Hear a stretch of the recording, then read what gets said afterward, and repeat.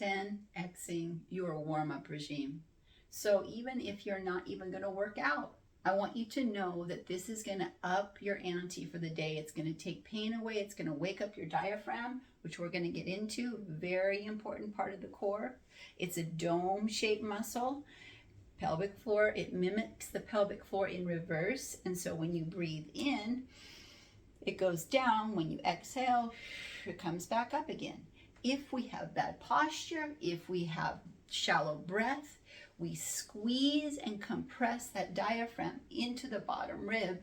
And once that spiral down happens, our posture rounds, we compress the lungs, the heart. Then now we're on a slippery slope, because once breathing shallows, it's really hard to expand and come back into good posture. We need deep breath. So we've got to wake up that diaphragm. We start by tapping our body. So I know this is not the diaphragm, but I want to do a test with you. We're going to tap lightly with our fingertips. You can use a spiky ball if you want. You can use a Pilates ball. Those are good too. Fingertips work well when you're starting. We're going to go around our arm lightly over the joints if they're painful, over the shoulder for sure, under the tricep, on the lats, over into the trap is very important. Take it into the heart.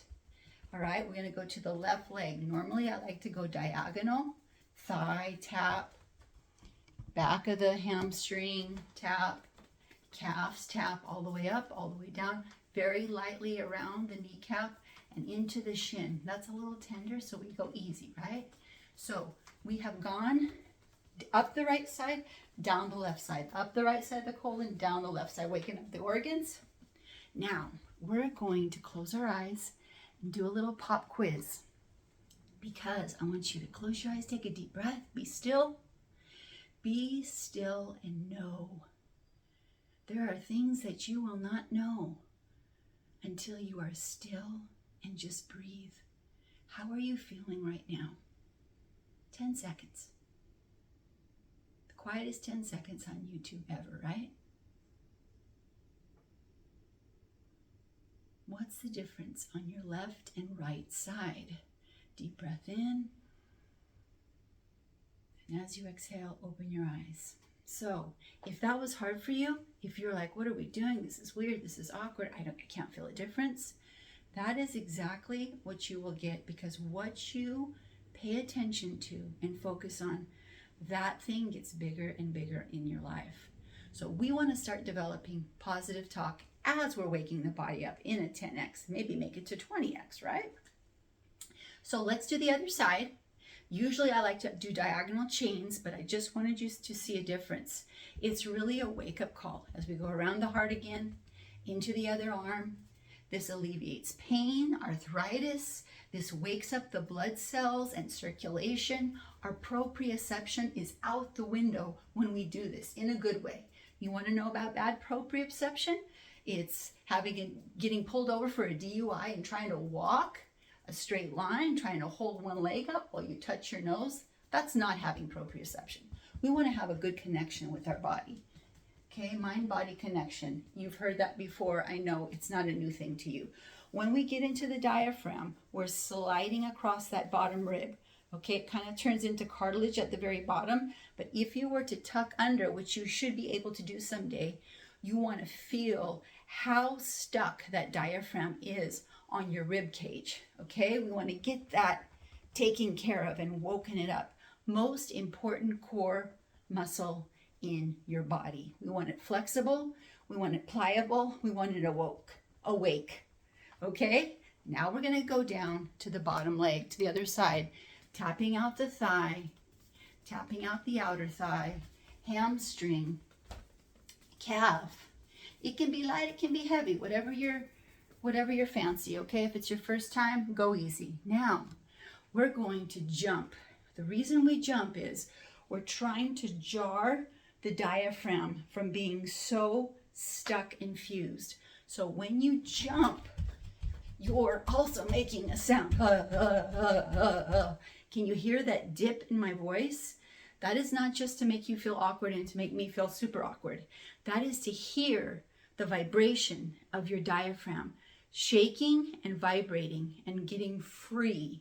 Once it's free and more pliable, you're going to see a much more productive, effective workout. And even if you're just having a new baby, carrying your baby, going on a walk, you will still feel posture is much more relaxed. I don't have to work at keeping my ear over my shoulder, over my hip, over my ankle in a vertical line. We can't hold perfect posture forever. It has to come naturally. And releasing the diaphragm is one of them. Next fun adventure is going into the iliacus. This is part of the hip flexor. And it's adhered to the inner pelvic halves. So how in the world do we find that? Well, we first find our hip socket, okay? They're not out here, they're here. The ball of the thigh bone or femur bone inserts right here.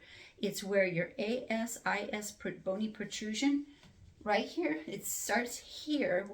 The hip socket doesn't, but this is how we find it. Here is our bony protrusion, ASIS, anterior sacroiliac iliacus joint, okay? And then there's the pubic bone. Halfway down that diagonal line, sometimes your yoga pants will fold there, is your hip socket, where the thigh bone meets the pelvis socket, just like that, okay? You rub in there and you're rubbing right across this psoas major and part of the iliacus as well. You'll feel some tenderness there, but to find the iliacus, we go back up into the ASIS and put our thumbs behind it, kind of to lock them and hold them, and walk our fingers 1 inch in. There's our abs. Your abs are always on, okay? Even when you think they're not.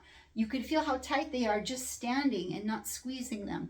So to relax them, we bend forward quite a bit, a deep fold here, almost more than a 90, okay? Because if I'm up here, I'll feel still tight.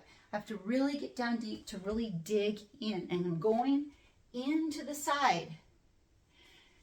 Whew, that's tender. Now I'm gonna lift one knee as I squeeze in and rub, lift the other knee, but I'm way down here. I just want to be able to see you guys, okay? You'll feel a tenderness and a little bulge when you bring that knee up, because it's actually activating when I bring my leg up. That's why pelvic floor muscles don't work.